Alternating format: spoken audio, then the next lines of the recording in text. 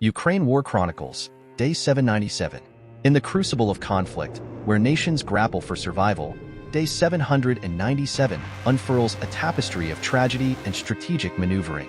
Here, etched in blood and fire, are the pivotal events that shaped the Ukrainian theater. Odessa's grim hour.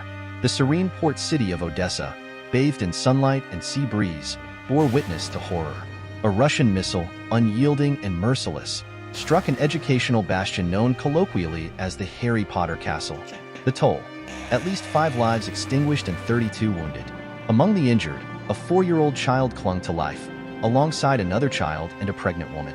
The city's mayor, Hennady Trukhanov, could only muster words of anguish.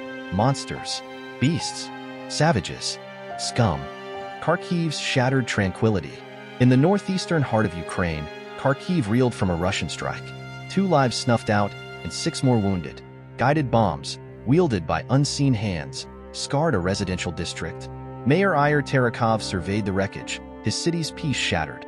NATO's broken promises. Jens Stoltenberg, the guardian of NATO's integrity, leveled a stern rebuke. The alliance's countries had faltered, failing to deliver timely aid to Ukraine. Russia seized the advantage, exploiting gaps in ammunition supply. The battlefield bore the brunt of these delays, and Ukraine's resilience wavered. Stoltenberg's words echoed in Kiev, where President Volodymyr Zelenskyy grappled with the urgency of the moment. A lethal missile's origin. Debris whispered secrets. A North Korean Hwasong-11 ballistic missile, its path veiled in shadow, struck Kharkiv on January 2nd. UN sanctions monitors, meticulous in their scrutiny, revealed the truth. This missile had likely been illegally supplied to Russia.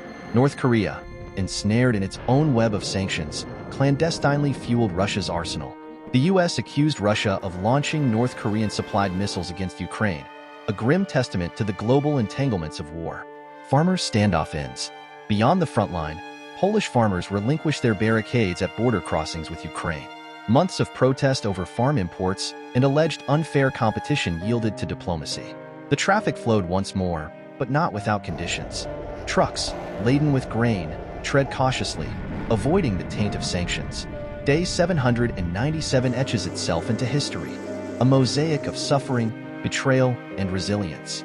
The world watches, breath held, as Ukraine's fate hangs in the balance. German prosecutors investigate fatal stabbing in southern Germany. In the quietude of southern Germany, a chilling act of violence unfolded. A Russian citizen, now under scrutiny, stands accused of stabbing 2 Ukrainian soldiers to death. The victims, convalescing and vulnerable, were discovered outside a shopping center in the Bavarian town of Murnau am See.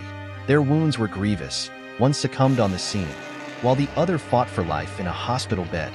The perpetrator, a 57-year-old Russian, was swiftly apprehended, his home turned into a crime scene. The Prosecutor General's office in Munich, donning the mantle of justice, has taken charge of the investigation. Yet, the specter of political motivation looms. Could this heinous act be more than a personal vendetta? The answer remains elusive, and the shadows deepen. Sophie, Duchess of Edinburgh, breaks royal ground in Ukraine. Across borders, a royal figure stepped onto Ukrainian soil, a beacon of solidarity and compassion. Sophie, the Duchess of Edinburgh, etched her name in history as the first British royal to visit Ukraine since Russia's invasion. Her mission: to bear witness, to listen, and to lend her voice to the silenced. In the war's aftermath, Sophie met survivors, women and men scarred by sexual violence and torture. Their stories echoed through the corridors of power, reaching the hearts of those who dared to listen. Displaced women, their lives upended, found solace in her presence. And the children, deported, torn from their roots, now stood on Ukrainian soil once more. Sophie's words carried weight. Rape is used to demean, to degrade, and to destroy. She spoke of the human cost, the price paid by women and girls caught in the crossfire. Her plea echoed across the war-torn landscape, urging prevention, healing, and justice.